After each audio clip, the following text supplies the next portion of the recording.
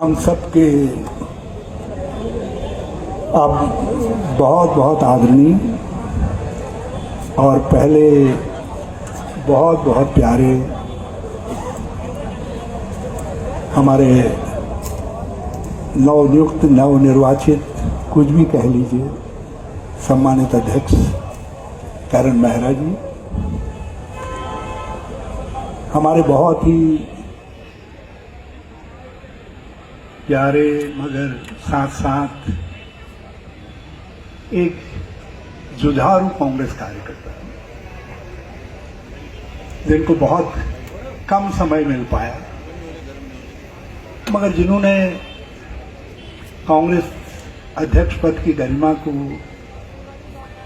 बहुत ऊंचाई तक पहुंचाया। हमारे निवर्तमान अध्यक्ष श्री गणेश गोदियाल जी, मैं चाहूंगा आप सब लोग एक बार जरा सा उनके लिए ताली बजा करके उनको धन्यवाद। हमारे एआईसीसी के उत्तराखंड के सम्मानित प्रभारी देवेंद्र यादव जी, हमारे वरिष्ठतम नेताओं में से एक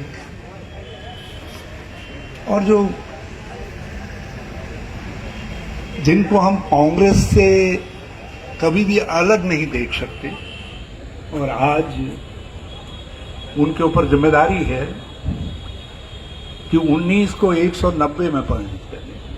पहले हम केवल 11 थे, तो 11 110 का काम करते थे विधानसभा में, और अब माननीय यशपाल आर्य जी में के ऊपर जिम्मेदारी है कि 19 को 190 में परिणत करें। और हमारे 110 भी बहुत भारी थे भाजपा के ऊपर। जनता की आवाज का कोई भी मुद्दा ऐसा नहीं है जो मुद्दा पिछले 5 सालों में कांग्रेस ने नहीं उठाया। तो माननीय यशपाल आर्य जी, देखिए, उपनेता के लिए कांग्रेस में लगता है अच्छे चेहरों के लिए बिल्कुल जगह बिल्कुल बना करके रखी हुई है। पहले करण मेहरा जी थे, अब जो है उनका रिप्लेसमेंट जो है भाई भुवन कापड़ी जी है। तो भाई भुवन कापड़ी जी जो हमारे उपनेता हैं विपक्ष के, हमारे एआईसीसी के सेक्रेटरी हैं, वरिष्ठ नेता हैं काजी निजामुद्दीन साहब, आपको बहुत बहुत रोजा मुबारक हो।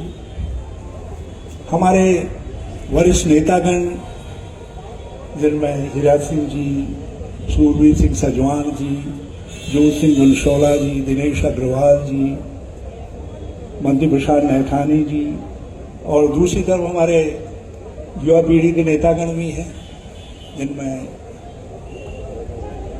मनोज तिवारी, अब इनको युवा में रखें या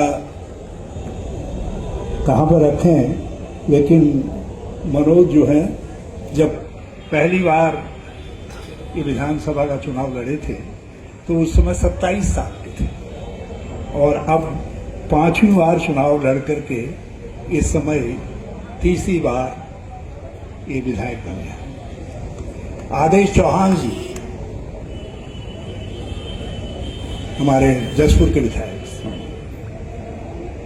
सुमित हृदयेश जी, अनुपमा रावत जी, और सभी हमारे पूर्व और वर्तमान सभी नेतागण पदाधिकारीगण, हमारे वरिष्ठ सहयोगीगण, हमारे फ्रंटल ऑर्गेनाइजेशन के सम्मानित पदाधिकारीगण, जिला और नगर कांग्रेस कमेटीज के अध्यक्षगण, यहाँ पर हमारे दूर दूर से आए हुए कांग्रेस के सारे वरिष्ठ कार्यकर्तागण, कोई छाया में इधर है, कोई उधर है, मगर सब यहाँ पर आए हैं।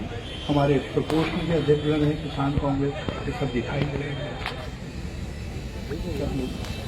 तो सब बहनों और भाइयों, मैं आप सब की ओर से, सारे कांग्रेस के कार्यकर्ताओं की ओर से मैं किसी नाम को भूल तो नहीं गया।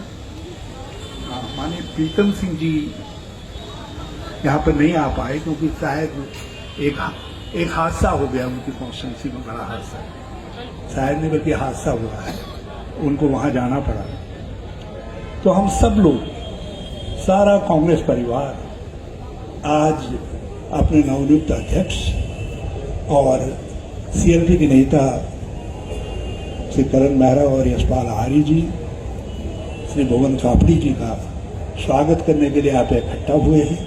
मैं भी हृदय की गहराई से इन अपने तीनों लोगों को, जिनको आगे त्रिमूर्ति के रूप में हमारे विकास को, हमारे विश्वास को आगे बढ़ाने का काम करना है, इनको बहुत बहुत बधाई देता हूं और आगे के लिए ढेर सारी शुभकामनाएं देता हूं।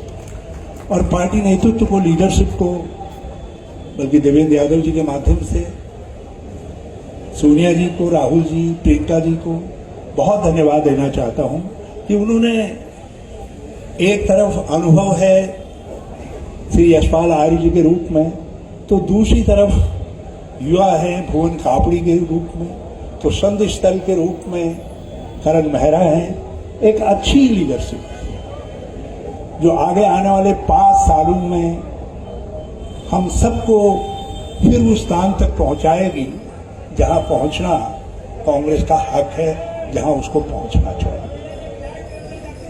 आज बीरेन जाति जी हो, सॉरी बीरेन जाति जी, थैंक यू चौहान, बहुत अच्छा। तो ये वहां तक पहुंचाने में हम सबकी मदद करें, हमारा मार्गदर्शन करें, और हम अपनी तरफ से, सब लोगों की तरफ से, हम सबका कर्तव्य है कि हम एकजुट होकर के इस संकल्प को, जो हम सबके मन में इस समय इस प्रांगण में है कि हमको राजनीतिक दल के रूप में सत्ता तक पहुंचना चाहिए, वहां तक पहुंचे, उसके लिए काम करें। मैं आप सबसे क्षमा चाहता हूं कि बड़ी आशा हमने आप सब लोगों के मन में पैदा की और आप सब ने बड़ा जोर भी लगाया, बड़ी ताकत लगाई, और आपने इतनी ताकत लगाई, ऐसा माहौल बनाया कि सारा देश कह रहा था, देहरादून से लेकर दिल्ली तक, दूर दक्षिण तक, सारा मीडिया कह रहा था कि उत्तराखंड में कांग्रेस सत्ता में आ रही है। हमारे दूसरे विपक्षी भी, सब लोकतांत्रिक ताकतें भी कह रही कि उत्तराखंड में कांग्रेस जीतेगी, मगर कुछ है, कुछ लोगों के पास कुछ अदृश्य चमत्कारिक शक्तियां होती हैं और कांग्रेस सत्ता में नहीं आती। मैं आप सबसे क्षमा चाहता हूं, आप सबके मन में आशा पैदा हुई, लेकिन उस आशा को हम परवान नहीं चढ़ा पाए, उसके लिए मैं आप सबसे क्षमा चाहता हूं। जितने लोग हमारे साथ काम कर रहे थे, शीर्ष पर अगुवाई में काम कर रहे थे, उन सब की तरफ से भी मैं आप सबसे क्षमा चाहता हूं, और विशेष तौर पर अपने उस सामान्य कार्यकर्ता से क्षमा चाहता हूं जिसने अपना प्राण इस समय पूरे जोर शोर के साथ लगा दिया था। बल्कि करण मेहरा जी, आपके ऊपर सबसे बड़ी जिम्मेदारी रहेगी कि उस कार्यकर्ता में फिर से हम पुरानी शक्ति का, अपने उस हनुमान रूपी कार्यकर्ता को ये याद दिलाएं कि तुम परिवर्तन ला सकते हो, और परिवर्तन लाया जा सकता है, ऐसा नहीं है। यदि आप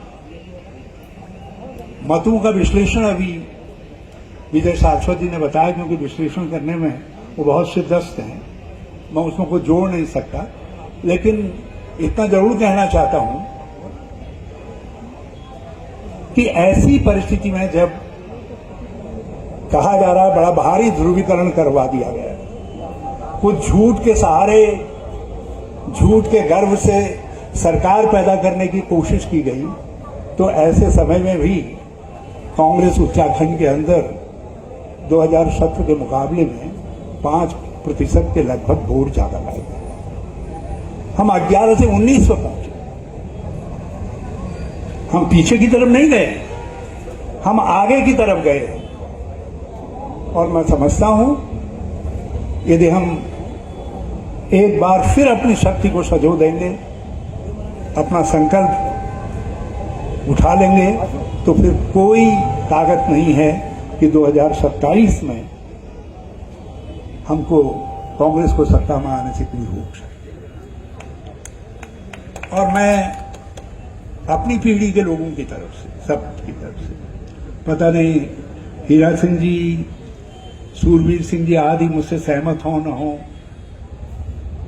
जोत सिंह जी, मगर मैं ये कह सकता हूं कि 2027, पहले कई हमारे साथी कहते थे कि नहीं 2022 नहीं तो 2027 में आ जाएंगे।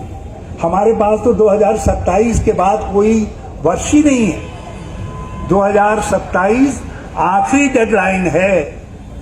हमको 2027 में सत्ता में आना ही आना है। और हम जैसे सिपाहियों को, हमने भी तो अपनी उम्र के, मैंने 55 साल से ज्यादा आप मुझको कांग्रेस की राजनीति में हो गए हैं, कांग्रेस के विभिन्न पदों पर काम करते हुए 55 साल से ज्यादा। अब अंदाज लगाइए, और लोगों ने उस अंदाज में हमको बहुत दिया भी, बल्कि मैं अपने को चुनावी परिणामों के लिए सबसे ज्यादा जिम्मेदार मानता हूं, क्योंकि अल्मोड़ा पार्लियामेंट्री सीट में मैं 1980 से करीब करीब निर्णायक भूमिका अदा कर रहा था, और 20 साल से यही हरिद्वार में मैं करीब करीब निर्णायक भूमिका अदा कर रहा हूं। तो इसलिए जब कभी कभी मुझसे लोग कहते हैं कि अकेले आप ही क्यों जिम्मेदारी ले रहे हो, मैंने कहा मैं इसलिए ले रहा हूं क्योंकि पार्टी ने मुझ पर बहुत विश्वास किया। यदि उसमें कुछ कमी रह जाती है तो फिर उस विश्वास के एवज में हमको पार्टी से भी क्षमा मांगनी चाहिए और पार्टी रूपी कार्यकर्ताओं से भी क्षमा मांगनी चाहिए। इसलिए मैं आप लोगों से क्षमा चाह रहा हूं, मगर आपसे इस आग्रह के साथ क्षमा चाह रहा हूं कि हमने गलती कर दी। अब आपके ऊपर दायित्व है कि जो हमारी पीढ़ी के कांग्रेस के कार्यकर्ता हैं उसको एक जीत के साथ, देहरादून के अंदर कांग्रेस की सरकार बन गई, दिल्ली में कांग्रेस की सरकार बन गई, उसके साथ आप कम से कम, पता नहीं जीवन के मोड़ पर किस मोड़ पर शाम हो जाए, तो उस शाम की ओर जब हमारे कदम बढ़ रहे हैं तो उस समय यह आप सबका दायित्व है, जितने हमारे साथी हैं कांग्रेस के लोग हैं, कि आप इस समय अतिरिक्त ताकत लगा करके, क्योंकि आपके सामने कई वर्ष आएंगे, कई चुनौतियां आएंगी, कई मोड़ आएंगे, युवाओं के सामने, नौजवानों के सामने, करण मेहरा जी से के उम्र के लोगों के सामने, लेकिन हमारे सामने कोई और दूसरा मोड़ नहीं आना। इसलिए 2027 के लिए पूरी ताकत लगाइए, शक्ति लगाइए, और जब कांग्रेस के लोग ठान लेते हैं तो कोई चीज असंभव नहीं होती है। 2000 में लोग हमको कहीं नहीं गिनते थे, विधानसभा में हमारा एक एमएलए था, एक, केवल एक, साधन नहीं थे, बल्कि यहां पर एक दो कमरे थे छोटे से, कोई वाहन नहीं, कोई साधन नहीं, कोई शक्ति नहीं, मगर यहां पर बहुत सारे हमारे साथी हैं जिन्होंने उस साधनहीन कांग्रेस को जुट करके काम करके 2002 में 1 से 40 में पहुंचाया और कांग्रेस को सत्ता तक पहुंचाने में आप और आपके बुजुर्ग कर सकते हैं। और मैं समझता हूं इनमें से ये ऐसे बुजुर्ग नहीं हैं कि जो लोग जो है अपने लाठी हथियार जो है घर में रख दें, ये भी आपके साथ चलेंगे, आपके साथ काम करेंगे 2027 तक। तो कोई कठिनाई नहीं है कि हम 19 से हम 40 न पहुंचे, 45 न पहुंचे, हमको एक बड़े लक्ष्य को मान करके चलते हैं, हमको निराश नहीं होना। एक बात बताइए, आखिर भाजपा ने भी तो 2004 में जब हारी थी, अपने प्राइम में हारी थी, 2014 तक इंतजार किया। हमको भी हमको भी ये मान करके चलना चाहिए। और फिर ये भारतीय जनता पार्टी, कई राजनीतिक दल हैं, भारतीय जनता पार्टी ने 46 साल प्रतीक्षा की है जनसंघ के रूप में या भाजपा के रूप में सत्ता तक पहुंचने के लिए। तो मैं अपने सब नेतागणों से भी प्रार्थना करना चाहता हूं कि कभी कभी हम चीजों को आगे की तरफ बढ़ने की लालसा से नहीं गिनते हैं, बल्कि हम पीछे की तरफ देख करके गिनते हैं। हमको पीछे की तरफ नहीं देखना है, हमको आगे की तरफ देखना है। आखिर महंगाई से पीड़ित लोगों के लिए आज आम आदमी का जीवन असंभव हो गया है, असंभव। आम आदमी का जीवन, बेरोजगारी चरम पर है। ये तो कृपा है इस मोबाइल टेलीफोन की, यदि इसमें बहुत सारी चीजें नहीं चल रही होती तो ये युवा कहां पर होता सड़क में, ये भारतीय जनता पार्टी को झेलना पड़ता। ये तो mobile telephone Bharatiya Janata party की रेस्क्यू टीम है, इस समय उनका बचाव कर रहा है। नहीं तो ये महंगाई और बेरोजगारी से पीड़ित नौजवान सड़कों पर आज आंदोलनरत होता। हमको गरीब के पेट के लिए, नौजवान के भविष्य के लिए उनको उनका साथ देना है, उनकी आवाज को शक्ति देने का काम करना है। यही कल देहरादून के अंदर बेरोजगारों ने प्रदर्शन किया है। अभी अभी सरकार आई है, लेकिन बेरोजगार सड़क में क्यों आया? फटे हुए जूतों के साथ, फटे हुए कपड़ों के साथ उन्होंने सड़क पर आकर के तपती दोपहरी में तपती हुई जमीन पर बैठ करके अपने आक्रोश को व्यक्त करने का काम किया है। ये छोटी बात है, एक लक्षण है, मगर इस लक्षण को एक व्यापक अभियान का रूप देने का काम कांग्रेस को करना है। यशपाल जी, आप सबको बिठाइए और आगे की रूपरेखा भी बनाइए। और मैं तो एक बात आपसे और चाहूंगा कहना, बल्कि अपने सब नेतागणों से कहना चाहूंगा कि एक बार हम लोग बैठ लेते हैं, 40, 50, 60, 100 लोग बैठ लेते हैं। बहुत सारी बातें जो इधर उधर कही जा रही हैं, बहुत सारी बातें जिनसे कई तरीके की चर्चाएं जन्म ले ली, तो अच्छा है कि हम एक दिन इसी हॉल में या किसी और हॉल में बैठ करके सब बातों को खुल करके कर लेना। जहां जहां कमियां रह गई है उन कमियों का विश्लेषण करें और आगे के लिए क्या सुधारा जा सकता है उसके लिए बात करें। आज एक सुधार तो बिल्कुल साफ सामने दिखाई देता है। पहली बार, क्योंकि कांग्रेस ने हमेशा संतुलन रखा है, जाति भी रखा है, क्षेत्रीय भी रखा है, हमने उम्र का संतुलन भी रखा है, हमने सब तरीके के संतुलन अपनी नीतियों में बनाने का काम किया है, क्योंकि कांग्रेस सबको लेकर के चलने वाली पार्टी है। पहली बार एक आभास गया जिसको मैं शिद्दत से महसूस करता हूं कि हम क्षेत्रीय संतुलन बनाने में पीछे हैं। और देवेंद्र जी, आप यहां पे हैं, मेरा सारे कांग्रेस की तरफ से, सारे वरिष्ठ कांग्रेस जनों की तरफ से आपसे हाथ जोड़ करके, अभी आए हमारे बहादुर भी आए हैं, जो रवि बहादुर, जो हमारे ज्वालापुर के विधायक हैं, उनका भी बहुत स्वागत करता हूं। तो मैं सबकी तरफ से आपसे प्रार्थना करता हूं और मैं समझता हूं सब लोग मेरी इस बात से सहमत होंगे, जो ये असंतुलन रह गया है, हमारे पास बहुत सारे रास्ते हैं, उस असंतुलन को देवेंद्र जी, पार्टी नेतृत्व को चाहिए कि उसको किसी तरीके से आप चीजों को बदल नहीं सकते हैं, मगर रेक्टिफाई कर सकते हैं, सुधार सकते हैं, उसको सुधारा जाना चाहिए, ताकि एक चीज जिसमें हम सब लोग अपने को बड़ा डिफेंसिव पा रहे हैं वो न रहे, और हम अपने गढ़वाल के भाइयों से भी कह सके, कांग्रेस जनों से भी कह सके, नहीं, कांग्रेस तुम्हारी मेहनत को भूली नहीं। क्योंकि एक दुर्भाग्यपूर्ण संदेश दिया जा रहा है कई लोगों के जरिए कि साहब गढ़वाल से जीते कम। ये कांग्रेस कोई गढ़वाल से, हरिद्वार से या अल्मोड़ा से नहीं जीतती है, कांग्रेस सारे प्रदेश से जीतती है। कहीं संख्या थोड़ी कम होती है, कहीं ज्यादा होती है, और जो जीतते हैं कांग्रेस के जो लोग जीते हैं वो किसी के एक इलाके के नहीं हैं। अब ये सारे उत्तराखंड के लिए काम करेंगे। यशपाल आर्या अब केवल उधम सिंह नगर के लिए काम नहीं करेंगे, ये सारे उत्तराखंड के लिए काम करेंगे। उसी तरीके से रवि बहादुर से लेकर के अनुपमा और सुमित से लेकर के करण तक सब लोग जो है सारे राज्य के लिए काम करेंगे, सभी क्षेत्रों के लिए काम करेंगे।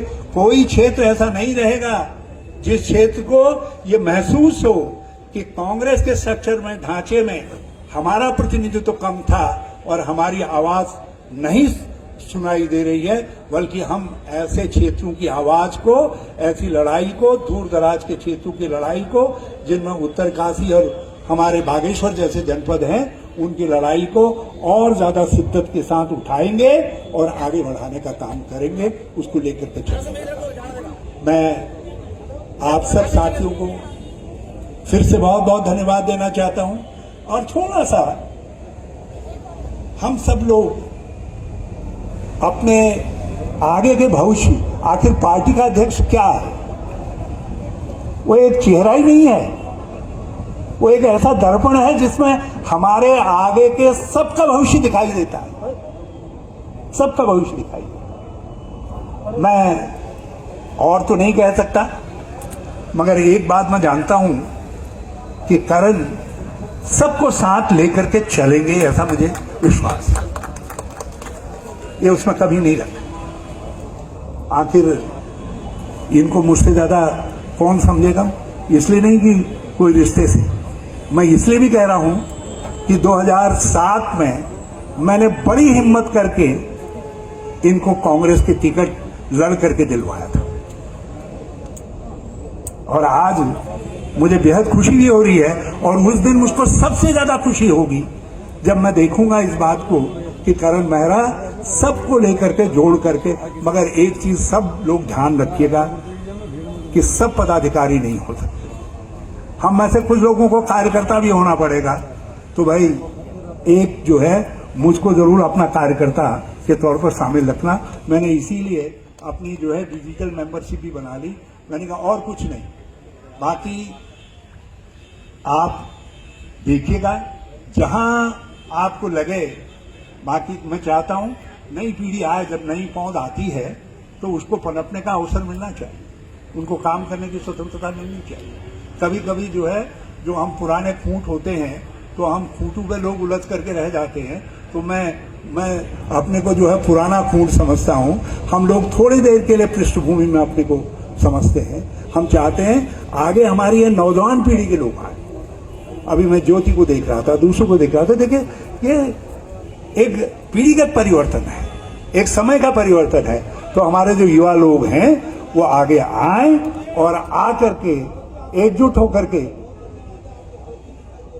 एक नए जोश को लोगों के अंदर पैदा करने का काम करें।